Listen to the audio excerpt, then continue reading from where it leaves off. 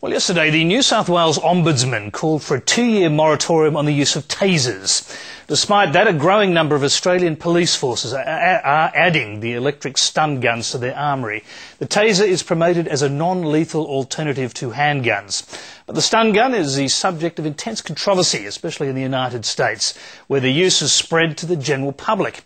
Critics say tasers have killed at least 300 people and are widely abused by police. North American correspondent Michael Rowland visited the factory in Arizona to file this report. You are 100% a target because you're not. This doctor's office in Scottsdale, Arizona is the setting for a sales pitch with a difference. How do you defend yourself if faced with an attacker and assaulter? That's the biggest question. For local businesswoman Dana Schaffman, the answer is a taser. She owns at least 4 of the stun guns. Honestly, I keep 3 in the drawer. I keep 1 on the top of the stand because I've got so many. I don't want to show them all my hardware. I want to be able to pull them out and get 4 at once. Tasers are being heavily marketed to women across the US. They're designed as the ultimate fashion accessory. But the bright colours and leopard skin pouches mask an extremely powerful and lethal weapon. Pretend this is a really skinny man, the skinniest man you've ever seen.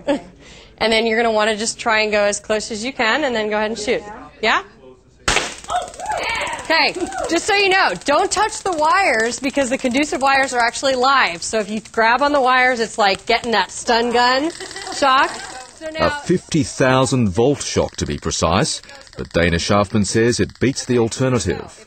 If I'm going to be attacked and I get to choose what my attacker comes at me with, I certainly would absolutely take a taser to the chest or to the legs or to any part of my body versus a knife stabbing or a gunshot to the head. The growing popularity of tasers for civilian use is the latest source of controversy for the stun guns. You know, we have taser weapons out there in the general public that are a leopard print with an MP3 player so people can use it for music too.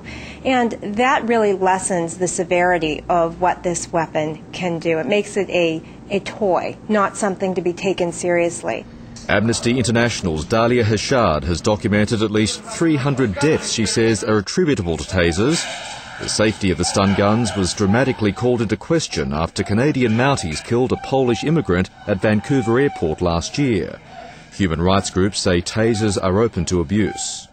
Police are clearly not adequately trained to use tasers because we're seeing examples in the United States of police doing things like shooting a diabetic woman who was in a coma with a taser weapon to make sure that she wasn't truly faking it when she was slumped over in her car, or shooting an elderly man with advanced Alzheimer's disease with a taser twice because he was swinging his cane. The company that makes tasers says the stun guns give police another option beyond the more traditional weapons like batons and tear gas.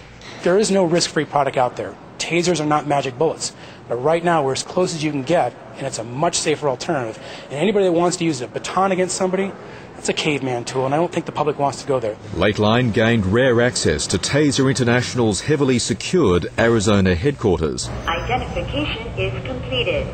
More than 400,000 stun guns have been produced here over the last decade for both police and public use.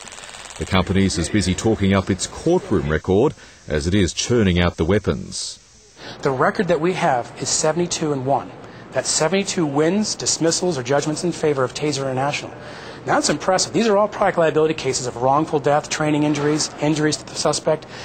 That's an amazing record. In most of these cases, the company argued the victims were either mentally disturbed or high on drugs. Steve Tuttle says the Taser's electrical charge simply exacerbated a condition the company has come to call excited delirium. Well, you know, we get criticized for using that word, but actually the medical science has been looking at this for years, and they've called it a number of different things, from cocaine psychosis, excited delirium, and it's not recognized as a billing code by the American Medical Association, so people think it doesn't exist. That's just a billing code. Gunshots aren't recognized as a billing code by the American Medical Association. So we know that gunshots exist. It's just, what does it cause? There's no debate about excited delirium. It's not an accepted medical term. And quite frankly, it's a little bit irritating that the use of the term excited delirium is put out there as a well-accepted medical diagnosis when it's not. And the primary people pushing this diagnosis shouldn't be the manufacturer of these weapons. They should be scientists and doctors. Don't tase me, bro! Don't tase me! Amnesty wants a moratorium on taser use until more research is done on just how dangerous the weapons are. Despite all the question marks over their use, tasers are still very much legal here in Arizona and in 42 other US states. And their popularity continues to grow. The stun guns are now being used by more than 13,000 law enforcement agencies across the world. And Australia is seen as one of the more promising growth markets. We could really change the world by protecting lives with this new technology. Right now we're in 40 countries. Australia is a tremendous opportunity for us because it's a Western world that we can actually impact law enforcement.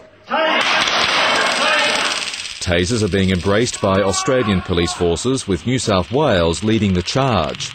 But Bernard Rostka, who looked at whether New York police officers should be equipped with stun guns, has some words of warning. There is no question that tasers can be abused.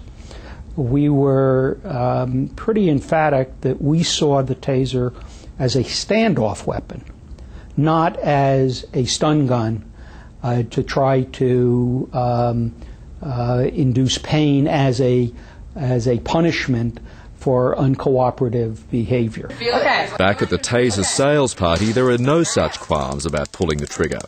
It was jolting to me when it hit, but I feel stronger and powerful, more powerful. Like I'm still not used to it, but I'd love to get one. The Taser shock value is causing a stir in more ways than one.